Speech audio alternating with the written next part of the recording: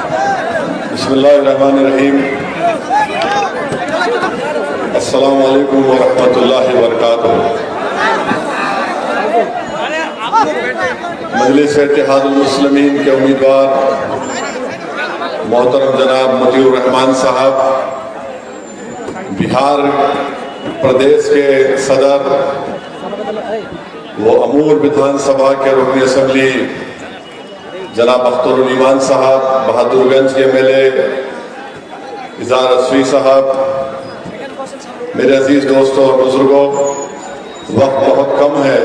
मैं सिर्फ आपसे ये रिक्वेस्ट करने आया हूँ, गुजारिश करने आया हूँ कि आप तमाम लोग 17 अप्रैल है ना, 26 अप्रैल के दिन मतीउर रहमान साहब जो मजलिस इत्तेहादुल मुस्लिमीन के उम्मीदवार हैं, आप उनके हक में अपना वोट देकर उनको कामयाब करिए। बंगाल की आपकी ये सरजमीन,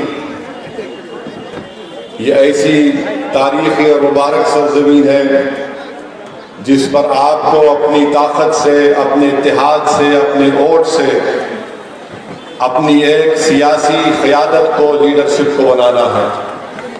मैं यहाँ पर इसलिए आया हूँ ताकि आपके दरमियान में आप ही के बेटे को और भाई को आपका लीडर बनाऊं, और आपसे अपील करने आया हूँ कि बंगाल में पिछले 60 साल से आपने कभी टीएमसी को, कभी कांग्रेस को, तो कभी लेफ्ट को वोट दिया। आपने इन तीनों पार्टियों को आजमा दिया। इन तीनों ने आपसे कहा था कि हम आपका डेवलपमेंट करेंगे, आपके बच्चे और बच्चियों के लिए स्कूल बनाएंगे, कॉलेज में पढ़ाई का इंतजाम करेंगे, नौकरी देंगे, अस्पताल बनाएंगे, और यहाँ पर बहुत सी बातों का आपसे वादा किया गया था। मेरे भाई जरा बैठ जाए। मगर आज आप देखते हैं कि मजलिस इत्तेहादुल मुस्लिमीन इस बंगाल के असेंबली के इलेक्शन में सिर्फ 6 सीट पर इलेक्शन लड़ रही है, तो ममता बनर्जी के सर में दर्द हो रहा है, बाम और लेफ्ट के पेट में दर्द हो रहा है, और नरेंद्र मोदी की नींद हराम हो चुकी है। मेरे अजीज दोस्तों और बुजुर्गों, आप जानते हैं कि बंगाल में मुस्लिम अक़लियत हो या दलित हो, इन कमजोर तबकात से इंसाफ नहीं हुआ। भारत के संविधान में हमको इस बात की इजाजत दी गई कि भारत का संविधान ये कहता है कि सबको उसका हक मिलना चाहिए। राइट टू इक्वालिटी भारत के संविधान में फंडामेंटल राइट है।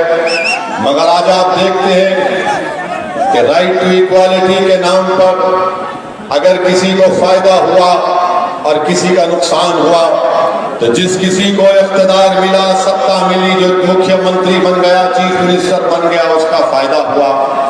मेरे भाई, आपसे मैं अपील करने आया हूं कि आप जानते हैं कि बंगाल में मुस्लिम माइनॉरिटीज का जो शेयर मिलना था वो उनको नहीं मिला, और इसी वजह से आप देखते हैं कि बंगाल में 15% मुस्लिम माइनॉरिटी के बच्चे जो 6 और 14 साल की उम्र के हैं वो स्कूल में नहीं है। 15% 6 और 14 साल के मुस्लिम बच्चे और बच्चियां स्कूल में नहीं है। इसकी वजह क्या है? इसकी वजह यह है कि कांग्रेस ने, टीएमसी ने आपके बच्चे और बच्चियों के लिए स्कूल नहीं बनाया। आप जानते हैं कि एक जिले में कितने सेकेंडरी और हायर सेकेंडरी स्कूल होने चाहिए, मगर आपको जानकर तकलीफ होगी कि मालदा जिले में सबसे कम स्कूल और हायर एजुकेशन के स्कूल है। आखिर क्यों स्कूल पश्चिम मिदनापुर में, दार्जिलिंग में, बंकुरा में ज्यादा क्यों है, मालदा में कम क्यों है? मालदा में कम इसलिए है क्योंकि आपने कांग्रेस को वोट दिया, तो कभी आपने टीएमसी को वोट दिया, इसीलिए हमारे बच्चों के लिए स्कूल नहीं है।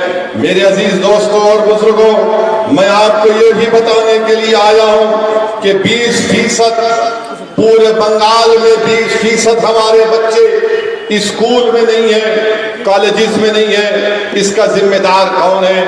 मेरे अजीज दोस्तों और बुजुर्गों, मैं आपको बताने आया हूं कि मगरबी बंगाल में 80% मुसलमान सिर्फ 5,000 रुपया महीना कमाते हैं। 80% रूरल इलाकों में और 38% के करीब 2,500 रुपया महीना कमाते हैं और सिर्फ 3% मुस्लिम अकलियत के लोग 15,000 रुपये महीने को कमाते हैं। किस मुंह से कांग्रेस और टीएमसी आपसे वोट पूछने आ रही है? हमारी गरीबी हमारा मुकद्दर बनाकर छोड़ दिया, हमारे बच्चों को स्कूल से बाहर कर दिया, हमारे बच्चों को पढ़ने का मौका नहीं मिलता है, हमको आमदनी में हमारे पैसे कमाने के मौके हमको नहीं मिलते। और यही लोग कहते हैं कि हमने बहुत कुछ किया। क्या किया? मेरे अजीज दोस्तों और बुजुर्गों, आपको मालूम कि आपके मालदा जिले में आपको अस्पताल मिलना चाहिए, अस्पताल नहीं मिलता है। मेरे अजीज दोस्तों और बुजुर्गों, क्यों नहीं मिलता अस्पताल? क्यों नहीं दे दिया जाता? यहाँ कोई बीमार पड़ता है तो कहाँ जाना पड़ता है उसको? इसका पूछने वाला कौन है? आखिर क्या वजह है कि हमारे बच्चों को अस्पताल नहीं मिलता? मेरे अजीज दोस्तों और बुजुर्गों, पूरे बंगाल में अगर 25% लोगों के घर पर पीने के पानी की लाइन है तो मुस्लिम माइनॉरिटी के पास सिर्फ 15% घरों तक पानी की लाइन आई है। अगर 31% बंगाल में लोगों के घर पे ड्रेनेज है तो मुस्लिम माइनॉरिटी के पास खाली 11% है। आप बताइए इसका जिम्मेदार कौन है? मेरे अजीज दोस्तों और बुजुर्गों, साफ पानी आज भी मालदा में नहीं मिलता, इसका जिम्मेदार कौन है? हमारी बहनें 70% मालदा में बीड़ी बनाती हैं, इसका जिम्मेदार कौन है? क्यों नहीं नौकरी दी जाती? और खुद गवर्नमेंट का ये सर्वे कहता है कि 31% 31% मुस्लिम हाउस होल्ड, मुस्लिम घराने ऐसे जिनका एक बच्चा मालदा से बाहर जाकर अपने घर में अपने बीवी और बच्चे को खिलाने के लिए मालदा से बाहर जाकर काम करता है। क्या वो बाप का हक नहीं बनता कि वो अपनी बच्ची की मुस्कुराहट को देखे? क्या उस बेटे का हक नहीं बनता कि वो अपने बाप को देखे? क्या हमारी बहन को यह ख्वाहिश नहीं है कि उसका शौहर उसके साथ रहे? बताओ मेरे अजीज दोस्तों, ये आपकी बर्बादी की दास्तान मैं आपके सामने रख रहा हूं। जब मैं ये तमाम आदाद और शुमार आपके सामने रखता हूं तो ममता बनर्जी को गुस्सा आ जाता है और ममता बनर्जी गुस्से में आकर कहती है असदुद्दीन ओवैसी बीजेपी से पैसे लेकर आ रहा है। मैं ममता बनर्जी को कह रहा हूं, ममता बनर्जी याद रखो, मेरे दिल का हाल अल्लाह जानने वाला है और मैं तुमको जवाब दे नहीं हूं, मैं अल्लाह को जवाब दूंगा। मगर ममता बनर्जी, तुमको एक बात बता रहा हूं, मैं मालदा को आया हूं, बंगाल को आया हूं, जब तक जिंदा रहूंगा बंगाल को आता रहूंगा, मजलिस को मजबूर करता रहूंगा, यहाँ के गरीब आवाम के इंसाफ का मुतालबा करूंगा, यहाँ के गरीब आवाम के हक को दिलाऊंगा। और ममता बनर्जी बताओ, अगर तुम्हारे पास प्रूफ है मुझे पैसा मिला है तो मैं तुमको कह रहा हूं ममता बनर्जी, जितना भी पैसा मुझे मिला मैं 99% तुम्हारे भाइयों को दे देता हूं, तुम रख लो उसको। ममता बनर्जी ने बंगाल में करप्शन को आम कर दिया। कोई गरीब का काम नहीं होता जब तक पैसे दिए, और ममता बनर्जी पैसों की बात हमसे करती है। ममता बनर्जी क्या कहती है? माइनॉरिटीज कहती है ममता बनर्जी, माइनॉरिटीज मुत्तहिद हो जाओ और मुत्तहिद होकर वोट दो। ममता बनर्जी, मालदा की सरजमीन असदुद्दीन ओवैसी तुमसे पूछ रहा है, क्या तुमने नहीं कहा था कि तुम एक हिंदू ब्राह्मण हो? क्या ममता बनर्जी ने नहीं कहा था कि हिंदू ब्राह्मण है? क्या ममता बनर्जी ने नहीं कहा था कि उसका गोत्रा छांट लिया है? तो ममता बनर्जी हिंदू ब्राह्मण से नहीं कहती, जिसका गोत्रा छांट लिया उनसे नहीं कहती कि आप मिलकर मेरे को वोट दो, मगर माइनॉरिटी से कहती है मिलके वोट दो, मेरे को वोट दो। ममता बनर्जी हो या कांग्रेस हो, याद रखो आज तुमसे हम डरने वाले नहीं है, हम अपने हक के लिए लड़ेंगे। मेरे अजीज दोस्तों और बुजुर्गों, ममता बनर्जी भारत की रानी नहीं है, नरेंद्र मोदी भारत का राजा नहीं है, वो वो वक्त खत्म हो चुका राजा और रानी का, अब देश की जनता राजा और रानी है। मैं आपसे अपील कर रहा हूं कि आप मुत्तहदा तौर पर अपने वोट का इस्तेमाल करिए।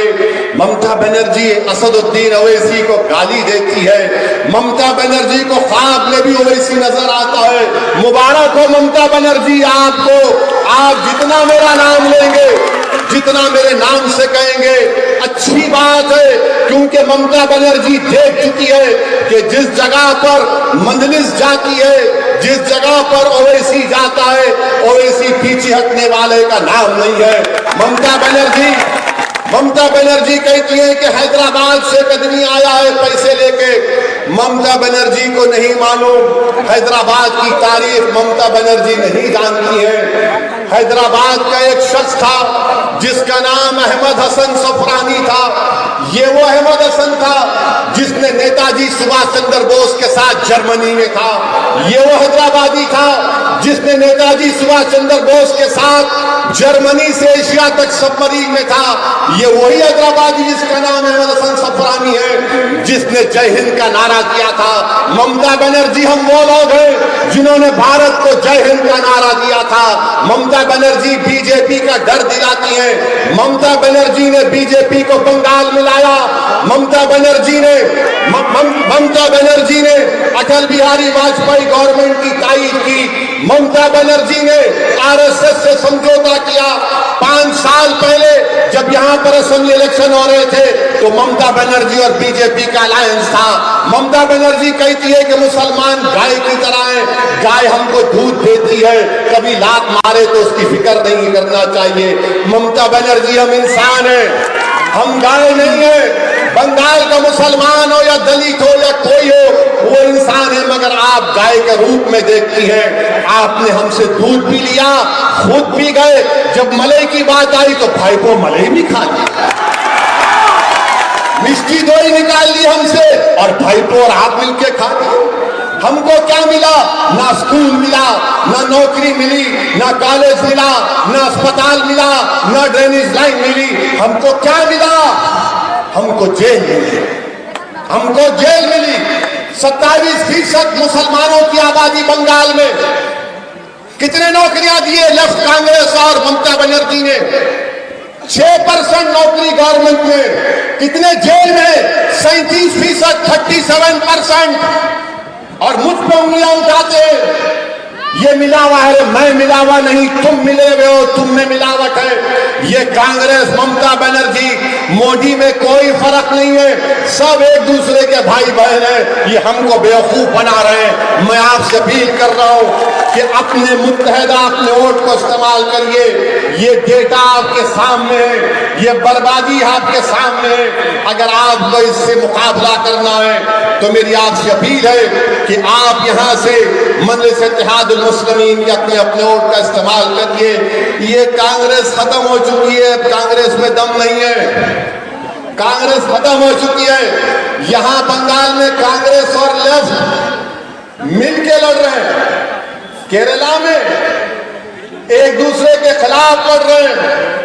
कन्नूर में एक मुसलमान का कत्ल हो गया लेफ्ट यूडीएफ के। किसने मारा? लेफ्ट ने मारा। मगर यहां बंगाल को आएंगे तो कांग्रेस और वाम एक हो जाते हैं। मेरे भाई, बीजेपी अगर बंगाल में आई तो ममता बनर्जी की वजह से आई। 18 लोकसभा के सीट बीजेपी जीती। और आपसे एक सवाल करता हूं, मौसम नूर को आपने वोट नहीं दिया? कितनों ने वोट दिया मौसम नूर को? हाथ उठाओ। बराबर खुश नहीं होगा, हाथ उठाओ। फिर कैसा जीती बीजेपी? मैं तो नहीं था ना, मैं तो नहीं रहा ना इलेक्शन। आज ममता बोल रही है ओवैसी आया, ओवैसी। अरे ओवैसी दूल्हा है, आते रहेगा इंशाअल्लाह ताला। मौसम नूर क्यों हारी? इसलिए हारी कि ममता बनर्जी के लोग खुद बीजेपी को वोट दिए, इसलिए मौसम नूर हार गए। अब आपसे अपील कर रहा हूं कि इस इलेक्शन में आपको अपील कर रहा हूं कि आप मेरे भाई को कामयाब करिए। ये हमारा गरीब है मगर दिल का अमीर है। ये टीएमसी के हुंडों से नहीं डरता, ये सिर्फ अल्लाह से डरता है। मेरी आपसे गुजारिश है कि बीजेपी को भी हराना है। कौन कह रहा है बीजेपी को मत हराओ? मगर पार्लियामेंट में क्या ममता बनर्जी, जब हम वोटिंग का मुतालबा किए थे ट्रिपल तलाक का, तो ममता बनर्जी के एमपी भाग गए। सिटीजन अमेंडमेंट बिल आया तो ममता बनर्जी के 8 एमपी नहीं थे। आपके सामने बात कह रहा हूं, ये कांग्रेस का उम्मीदवार, पूछो इससे। नरेंद्र मोदी गवर्नमेंट की अनलॉफुल एक्टिविटीज प्रिवेंशन का कानून लाया गया, ये कांग्रेस पार्टी ने उनका साथ दे दिया। बीजेपी को रोकना है, मगर ये भाई बहन की जोड़ी नहीं रोक सकेगी। ममता बनर्जी नरेंद्र मोदी भाई बहन की जोड़ी है। ये एक तरफ भाई है, एक तरफ दादा, एक तरफ दीदी है। इन्हों दीदी बोलते हैं, उन्हों दादा बोलते हैं। ये ड्रामा कर रहे हैं। ममता बनर्जी सर पे ओढ़ के अल्लाहू अकबर, ला इलाहा इल्लल्लाह मुहम्मद रसूलुल्लाह, और वो गरीब बेचारा कितना अच्छा है। अच्छा नहीं है, स्कूल तो नहीं मिला, कुछ डेवलपमेंट नहीं हुआ, हमारा लेबर बाहर जाकर काम करता, उसकी फिक्र नहीं है। और नरेंद्र मोदी तो माशाल्लाह लंबी लंबी छोड़ते हैं। आपने देखा कि नरेंद्र मोदी ने, बीजेपी ने फोटो लगाई परसों 2-4 दिन पहले, नरेंद्र मोदी के बाजू एक आदमी सर पे टोपी पहना हुआ है, देखा ना फोटो? देखा आपने? मोदी के बाजू एक सर पे टोपी है और नरेंद्र मोदी से कान में सब कुछ कह रहा है, देखा ना फोटो? हमारे मीडिया के दोस्तों ने पूछा, ओवैसी क्या कहोगा वो मुसलमान? मैंने कहा मुझे नहीं मालूम वो मुसलमान है नहीं, आपको मालूम तो नाम बताओ, बंगाल में कहां रहता है? तो बोले क्या बोला होगा? मैंने कहा होगा मोदी जी मेरी तरह की टोपी कब पहनेंगे अपने सर पे, देश को कब मोदी? इसने पूछा और क्या कहा? तो मैंने कहा, उसने कहा होगा मोदी जी हम बांग्लादेशी नहीं है, हम भारत के हैं। ये बीजेपी ड्रामा करती है और ममता बनर्जी की वजह से बीजेपी यहां पर मजबूत हो रही है। मेरी आप तमाम से गुजारिश है कि अपने वोट का इस्तेमाल करिए और इंशाअल्लाह ताला टीएमसी की गुंडागर्दी का खात्मा होगा। तारीख बताती है कि फिरौन और नमरूद को भी बड़ा गुरूर था अपनी ताकत पर। सुनो ममता बनर्जी, इख्तिदार, ताकत, पावर किसी के पास नहीं रहता। आज आपने गरीबों पर जुल्म किया है, आपने गरीबों को उनका हक नहीं दिया है। अब आपसे भी मुकाबला होगा, बीजेपी को भी हराएंगे और बंगाल में इंशाअल्लाह ताला मजलिस इत्तेहादुल मुस्लिमीन का परचम लहराएगा। मेरी आप तमाम से गुजारिश है कि रमजान का महीना होगा, खूब दुआ करेंगे आप। रमजान के महीने में आपको वोट डालना है, अल्लाह की रहमत जो इसमें होगी, खूब दुआ करो कि अल्लाह हम मजलूम हैं, इन जालिमों का जुल्म खत्म कर दे। खूब दुआ करो अल्लाह से कि परवरदिगार हम गरीबों पर रहम फरमा और हमको छुटकारा दिला दे इन जुल्म करने वालों से। और आपसे अपील कर रहा हूं कि अपने के कोर्ट का इस्तेमाल करिए, डरने और घबराने की जरूरत नहीं है। अल्लाह हमारे साथ है, अल्लाह हमारे लिए काफी है। मजलिस इत्तेहादुल मुस्लिमीन आपकी जमात है। मैं यहाँ पर आया हूँ और इंशाअल्लाह बार बार आता रहूंगा। मैं आपके दरमियान में था, आपके दरमियान में जिंदा रहूंगा और जब इस दुनिया से जाऊंगा तो तुम्हारे कंधों पर जाऊंगा कब्रिस्तान को। मगर सुन लो जालिम लोगों जो इख्तिदार की कुर्सियों पर बैठकर मजलूम अवाम को डरा रहे हैं, अब हम डरेंगे नहीं, हम पीठ नहीं दिखाएंगे, अपना सीना दिखाएंगे, अपना हक मनवा कर रहेंगे। भारत की जमहूरियत हमको अपना हक मनवाने का मौका देती है। ये वोट आपकी एक अमानत है, इसको अच्छी तरह इस्तेमाल करते हुए अपने पार्टी के कैंडिडेट को कामयाब करिए। पतन का निशान है। अस्सलाम वालेकुम व रहमतुल्लाहि व बरकातुहू।